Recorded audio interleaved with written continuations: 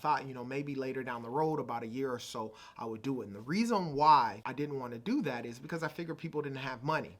Once the pandemic hit, obviously I owned a debt collection agency still at that time span. And I was trying to get out of that.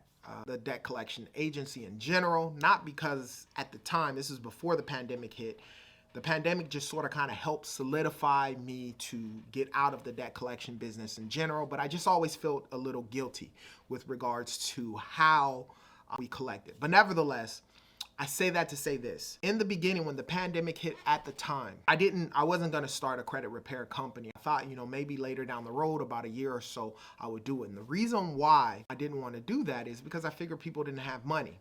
I am going to start a YouTube page, and I want to talk about credit and debt and give people information out there. Because one of the things you find out with talking to friends and family is people just do not have the education with regards to credit and debt. And there was a time I didn't have the education, and I learned from friends as well, just like you guys, YouTube, as well as studying and so forth, paying for courses and whatnot.